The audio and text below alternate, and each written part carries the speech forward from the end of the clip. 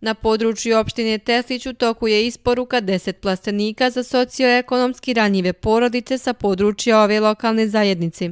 Plastenike su dobile socijalno ugrožene porodice, porodice osoba sa invaliditetom, samohrani roditelji te porodice djece sa posebnim potrebama. Dio rasadnog materijala kao i planovi za sadnju već su spremni, ističu vrijedni Teslićani kojima će na ovaj način biti olakšan uzgoj poljoprivrednih kultura.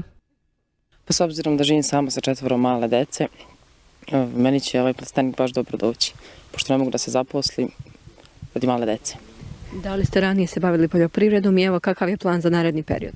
Pa jesam, povrće sam sela, samo što je malo dalje od kuće, pa mi to bilo teško obrađivati, ali sam uspela. Znači mnogo više, znači tu mogu kod svoje kuće da se bavim poljoprivredom, da sijem, ujutru ustanem rano, otvorim, uradim što treba dok dijete ustane, znači tu sam u svoje dijete, a mogu i tekako da doprinesem za kuću i za sve nas porodicu. Riječ je o projektu njemačke vlade koji organizacija SBS provodi u 16 gradova i opština u Bosni i Hercegovini, a koji jednim dijelom sufinansira i opština Teslić. Dio porodica kojima su plastenici dodijeljeni ovom prilikom obišao je i načelnik Teslića sa saradnicima.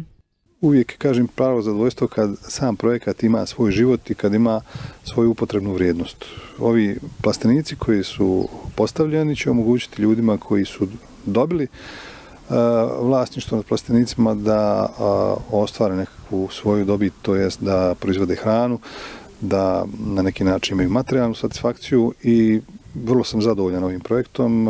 Siguran sam da će neki najavljeni projekti sa istom organizacijom iz Njemačke biti u još većem obimu realizovani u narednom periodu. Vidim da su i korisnici zadovoljni, tako da je to nešto što treba i dalje raditi i forsirati. Evo, nadležno odeljenje će biti zaduženo u ovom narednom periodu da ovim vrijednim domaćinima pomognemo kako da zasade kulture koje su već dobili, da ih obuče na kvalitetan način i da od ovog dijela imaju zaista jedan maksimum koji mogu da priušte sebi i svoje porodice.